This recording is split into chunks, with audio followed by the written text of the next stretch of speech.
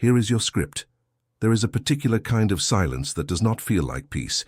It is the silence of someone who decided at some point that speaking was no longer worth the cost. You may have encountered this silence in someone you love, or perhaps you have lived it yourself. One day, a person who used to talk, who used to share and explain and reach out, simply stopped. And what made it harder was that they did not disappear. They were still there, still present, still going through the motions of daily life. But something essential had closed. Something that used to be open had, quietly, almost imperceptibly, shut. And no matter how many times you knocked, there was no answer. Or maybe you are the one who closed. Maybe you remember the exact day, or the exact accumulation of days, when you realized that the words you offered were never received the way you meant them.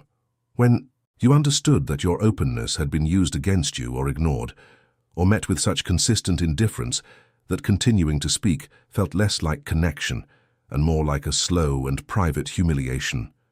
So you stopped. Not dramatically, not with a speech or an announcement. You simply went, quiet, and the world for the most part did not even notice. Friedrich Nietzsche once wrote that the most spiritual human beings feel pain differently. They feel it with greater sensitivity, but also with a kind of intelligence that transforms the experience. What he meant was that the people who go silent are not as a rule the weakest ones. They are frequently the most perceptive. They have simply reached a threshold that less aware individuals never approach, because less aware individuals do not feel with the same precision or depth. The silence is not weakness.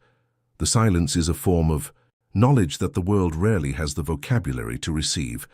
To understand why people go silent, you have to understand what Nietzsche observed about the nature of suffering and dignity. He saw, with a clarity that most of his contemporaries found unbearable, that most of what passes for human connection is actually a kind of negotiated performance. People speak not to be understood, but to be accepted. They share not because they trust, but because they need. And when that sharing is repeatedly met with judgment, dismissal, or the particular cruelty of being heard but not listened to, something in the deeper architecture of the self begins to reorganize. The person does not decide to go silent. The silence is more organic than that. It arises as naturally as a wound closing over itself, not to heal necessarily, but to stop the bleeding. Here is the thing that Nietzsche understood, and that most psychological frameworks still struggle to articulate. Silence is sometimes the most honest response available to a person. When the environment around someone cannot hold the truth of who they are, when every expression of genuine feeling is met with correction or minimization or weaponization, then continuing to speak is not vulnerability. It is self-betrayal. The person who goes silent in those conditions is not shutting down. They are protecting something real from a world that has demonstrated, repeatedly and without ambiguity, that it does not deserve access to that realness. If you are watching this right now and you recognize yourself in what I'm describing, I want to ask you something directly. Have you been carrying the silence for so long that you can barely remember what it felt like to speak freely? Has it been so many years of swallowing what was true for you, of translating your inner world into something more acceptable, more palatable, more convenient for the people around you, that you have almost forgotten what your real voice sounds like? If that resonates with you, I want you to write something in the comments right now. Write the words, "I went quiet because no one was really listening." Just that. Because somewhere below this video, someone else is going to read those words. And for a moment, they will feel less alone in a silence they have been living inside of for longer than they can explain. Your comment is not nothing. It is a small act of solidarity in a world that tells people like you that your depth is inconvenient. Nietzsche's concept of the will to power is almost always misunderstood, and that misunderstanding matters here. Most people hear those words and imagine domination, conquest, the aggressive assertion of ego over others. But what Nietzsche actually described was something far more interior. The will to power, in its truest form, is the drive towards self-mastery and self-overcoming. It is the force within a person that pushes them to become more fully themselves, to refuse the diminishment that the crowd constantly offers as the price of belonging. And here is where it connects to silence. When a person goes quiet after years of not being received, there is always a moment buried in that silence that contains the seed of something Nietzsche would have recognized immediately. It is the moment when the person stops performing their inner life for an audience that was never worthy of the performance. That moment is not defeat. It is, in Nietzsche's terms, a turning inward of the will to power. A refusal to continue exhausting oneself on the futile project of being understood by those who have chosen not to understand. The psychology of people who suddenly go silent is, at its core, the psychology of people who have run out of the specific kind of hope that makes speech feel worthwhile. Not all hope, just that particular variety. The hope that speaking will change something, that the right words arranged in the right order will finally produce the connection that has been missing. Nietzsche had a word for the exhaustion that follows the death of that hope. He called it nihilism, but not in the way people typically use it.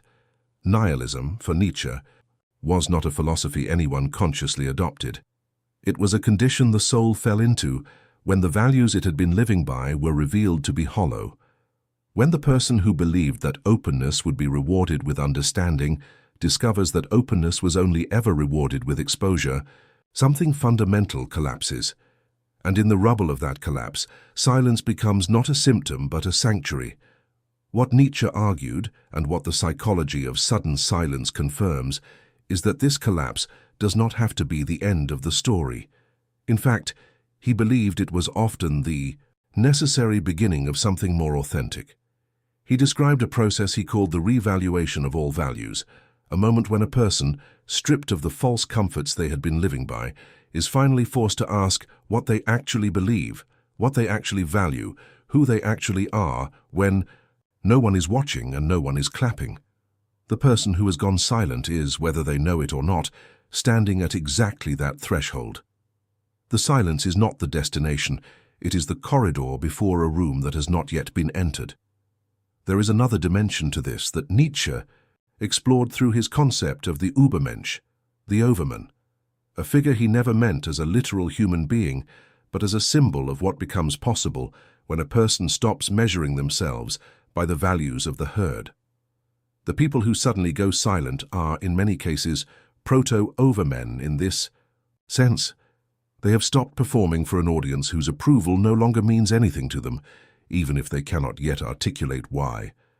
They are in a transitional state, neither fully the person they were before, the one who kept speaking and hoping and reaching, nor yet the person they might become, the one who speaks only when there is something true to say to someone capable of receiving it. The silence is the chrysalis.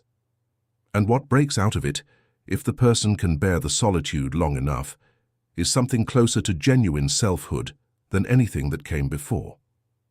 Nietzsche also wrote extensively about what he called the pathos of distance, the sense of inner separateness that high-feeling individuals carry through a world that consistently mistakes depth for difficulty. The person who goes silent knows this pathos intimately. They feel the distance not as superiority, but as a kind of grief, a grief for the connection they wanted and could not sustain without betraying who they are. A grief for the version of themselves that kept trying, kept offering, kept believing that the next conversation would be different. There is an ache in that pathos that most people who have not lived it simply cannot access, which is why the silent person stops trying to explain it, because the explanation itself becomes another form of the original problem. What I want you to take from this is something that Nietzsche embedded in his hardest, most uncompromising work, the idea that amor fati, the love of fate, is not resignation. It is not the passive acceptance of suffering. It is the radical embrace of everything that has happened, including the silence, including the disappointment, including the years of speaking into voids, as necessary steps in the formation of something stronger and more true.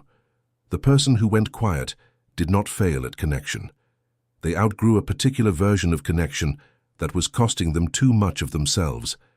And the silence, as uncomfortable as it is, as lonely as it can feel, is the space in which a different kind of self becomes possible.